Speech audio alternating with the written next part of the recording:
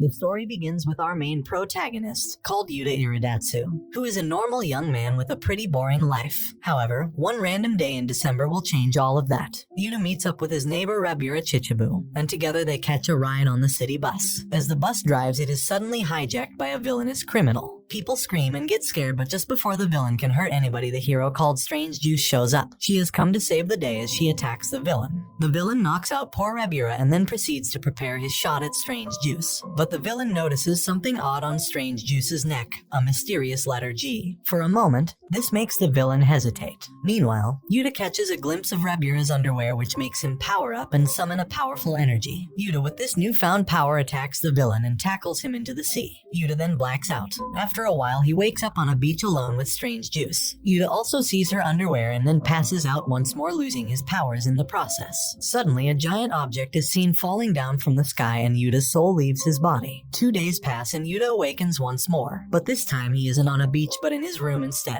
He is back at the Korai House apartment complex, and it seems that he has been asleep for 2 days. Out of nowhere, a spirit cat called Cherinosuke shows up. This cat explains that Yuta's body has been taken over by another spirit, and he must find a special book called Nendala Gendala to fully get back his body. Yuta immediately tries to find this strange book and he looks all around his apartment complex, but he has no luck. In the process, he also learns that if he sees the underwear of a girl twice in a row, he will lose consciousness and a giant meteor will kill all of humanity. Yuta is terrified, but he finally gets some good news. He can actually travel through time and go back into the past, and in his spirit form he can fix his mistakes, like if he sees a girl's underwear. His spirit form can also move and impact objects, but the revelations don't stop there. Mikaten Narujino, who is Yuta's neighbor, is also revealed to be the superhero Strange Juice. Rabura's parents also have spirit powers, so she is disappointed and mad at herself for just being a normal human with no powers. However, her luck changes when she meets the apartment's landlady,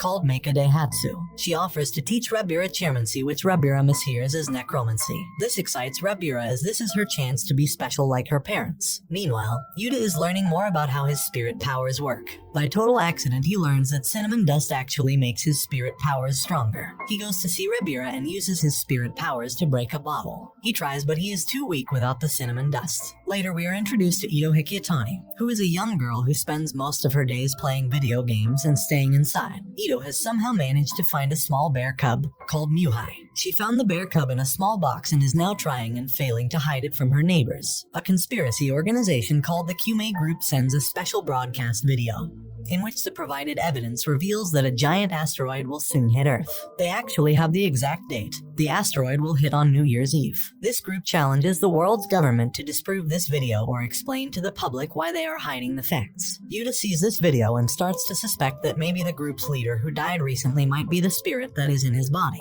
The group's leader is Kume Tsubauchi, and Yuta has to find more clues to figure out if his theory is correct. Mikaten starts planning a Christmas party in Ito's room, as a way to keep her secret identity as Strange Juice concealed. She uses Meika's special technology that camouflages someone's appearance. Later in the night, an attacker arrives at the apartment complex. The intruder has been sent by the Kume organization and his name is Turtle Man. He tries to attack and kidnap Muhai. In the attack, he even injures Muhai. At the last second, a new hero shows up called Kenji Miyazawa. He is another costumed superhero and he saves Muhai while showing off his powers. His powers are almost identical to Yuta's, but as a bonus he also has a healing ability, meaning he can regenerate any wound. Rabura and Ito find out Mikaten's secret. They freak out when they realize she is Strange Juice. Also, it is revealed that the apartment's landlady Meika is actually a robot. Past events show a strange boy called Pine asking a girl named Giriko to run away. Both of the kids are in a strange laboratory, and Pine wants them to break free. While that is happening, a small girl called Chiyoko is singing. We return back to the present time and see that Rabura is getting ready for a special date with someone called Gliza. Meanwhile, Yuta continues his investigations into the Kume group. He finds that a girl was included on a list of names that the Kume group posted, and that same girl was later found dead. Ito is shocked to find that his name too is also on the list. Yuta decides that he needs to act, so he uses cinnamon powder and tries to amplify his spirit powers just enough to possess Rabura's body. He uses all his strength, but he eventually fails to warn anyone of the dangers the Kume group presents. His powers lose their strength and he leaves Rabura's body. Gliza and Rabura go on their date, but it is revealed that Gliza has other motives. He is part of the NSA and his mission is to find and contact Meika. As she is a powerful robot, she might be able to hack into the Kume group's data Yta and stop their virus from destroying an important satellite. This satellite's main purpose is to act as a defense against any possible meteors, and the Kyume group wants to destroy it. Their conversation is interrupted when Kenji shows up. Elsewhere, Yta realizes that Miketten sings the same song that the girl Chiyoko sang so long ago. December 29th arrives and Yta is horrified to find Ito killed near a shrine. Yta decides to save her, so he uses his time travel powers and goes back in time to the day before. He uses all his powers and possesses Rabira once again, and manages to warn Ito and the other girls about what will happen. Miketten stops Ito from going to that temple to see the shrine. Ito feels guilty about something and she decides to open up to the rest of the girls. Ito tells them that she was the one who posted a video of all the people who bullied her at school. She wanted to make a video to prank all of those people, but someone managed to edit the video and put her name on it. While talking, Miketten reveals that she spent her childhood in a place called Uber Labs. This triggers a flashback for Yta in which he sees that the small boy Pine used a special ability called Uberfi to protect Chiyoko. The next day arrives and the Turtle Man manages to kidnap Muhai. He explains that this is her punishment for not showing up at the temple. Yta manages to use his powers to send a message from Ito's phone. This message tricks the Turtle Man to show up on a rooftop, and their Rabira and Meika have set a trap for him. Turtle Man is much stronger than Yta and his group of friends predicted. He figures out their plan, and instead of falling into their trap, he just shoots Meika in cold blood. Miketten and Kenji hurry to go and help their friends, but when they arrive, the Turtle Man is waiting for them at full power. He reveals that he too has the power to Uberfi and he attacks them. Their battle is fierce as they are almost evenly matched. During their battle, Kenji somehow manages to see Yta and his spirit and decides to create an opening for Yta to possess Rabira. Yta and Kenji's plan succeeds. With Yta now in Rabira's body, he manages to defeat the Turtle Man and save Meika, who survived the gunshot. The attacker that was called the Turtle Man is revealed to be Ito's teacher, called Chihaya Tomoda. He is a sick individual who was obsessed and in love with Ito. Because of his psychotic obsession, he allowed himself to be possessed by Kyume Tsubauchi's spirit. This way, he could take revenge against all those students who harassed and bullied Ito in school. The following day, all the girls organize their New Year's party. During the party, Meika talks to Yta and reveals to him that he is biologically a female. She also talks to Ito and tells her the story of how she met Miketten. Kenji has to help Miketten control her powers, so he gives a special medication that lessens the painful side effects of her powers. Suddenly, a giant meteorite shows up in the sky and begins its approach to destroy Earth. Kenji then reveals that he is Yta from the future, and he gives Yta from the past the Nandala Gandala book. Yta is shocked to find that the book is totally empty, except one written word saying U-turn. Kenji tells Yta that the only way he can get back to his body and stop humanity along with Earth from being destroyed is if he goes back in time to that day at the bus, where the whole thing started. Yta listens to Kenji's instructions and using the book transports himself back to his own body to that day, December 21st. He arrives back into his body just after the bus attack happened. Yta then gets to work researching all the important dates that are coming,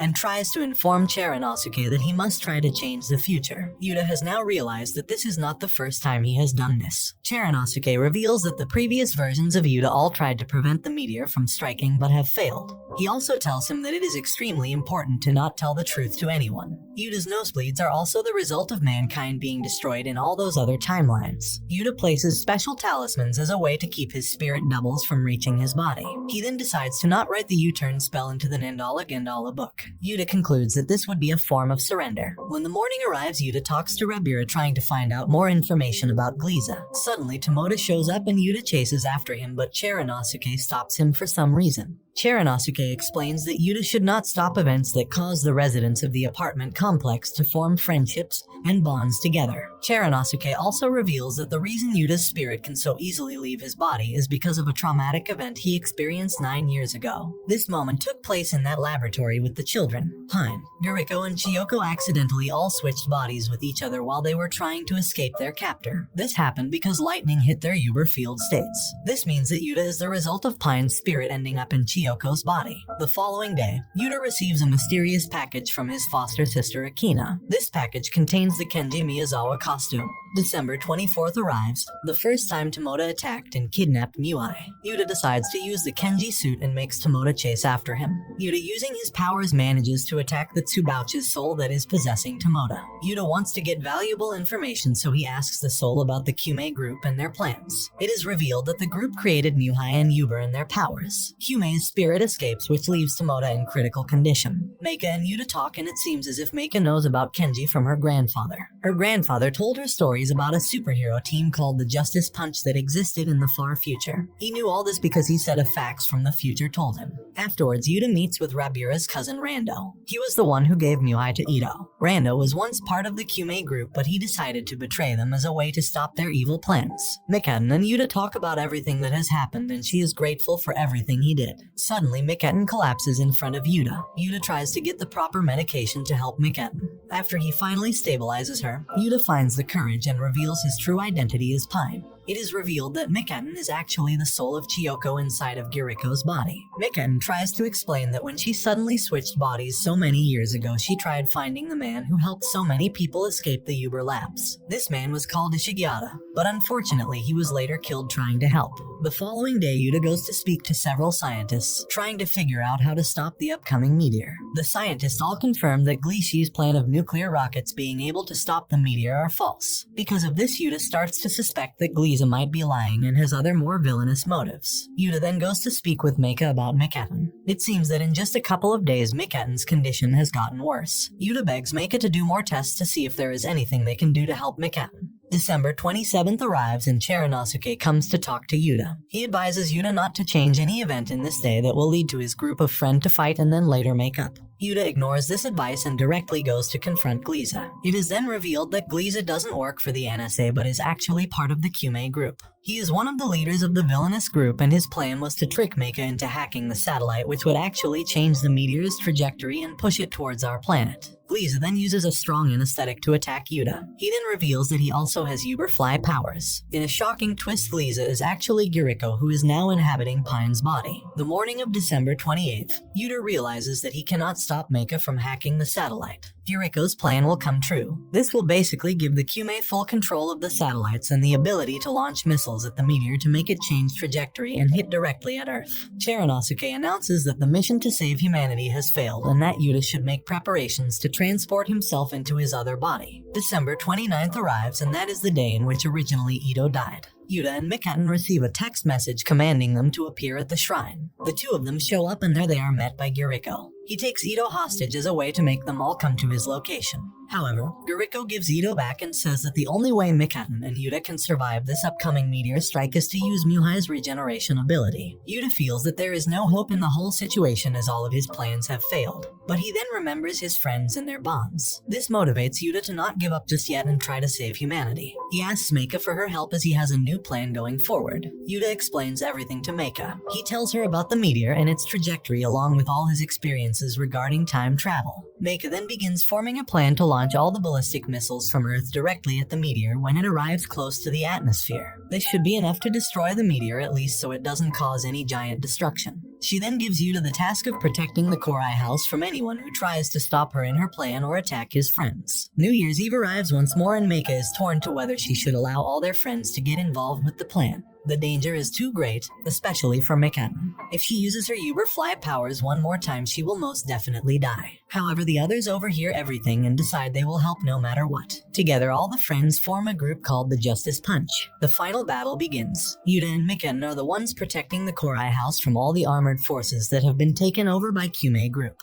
Giriko also arrives with his team of elite warriors and the American army. The leader of the American army is now possessed by Tsubauchi. Ito piloting a mech robot fights the army, and Yuta once again possesses Rabura to help in the fight. Meanwhile, the normal Yuta and Miketten also join the battle against the armies. Time is almost up. There is only 30 minutes until the world ends. Giriko manages to get inside the Korai house and with his attacks he damages Meika. With this he stops her hacking. Yuta shows up and fights Giriko while Rabura tries to stop Tsubauchi. She tries to exercise his soul to leave the army leader. Meika and Ito manage to finish the hacking process and they launch all the missiles. The missiles hit and destroy the meteor. Miketten decides to use her powers one last time to stop Giriko and Yuta from fighting. As she slowly dies from using her powers, Yuta decides to switch bodies with her. This returns Miketten to her original Chiyoko body, and Yuta dies inside her body. After 49 days pass, the spirit of Yuta says farewell to all his friends and goes back in time one last time to bring a brighter future for everyone. And this brings the anime to an end. Don't forget to like and subscribe if you enjoyed, and turn on the notification bell so you never miss out on another video. Until next time, take care.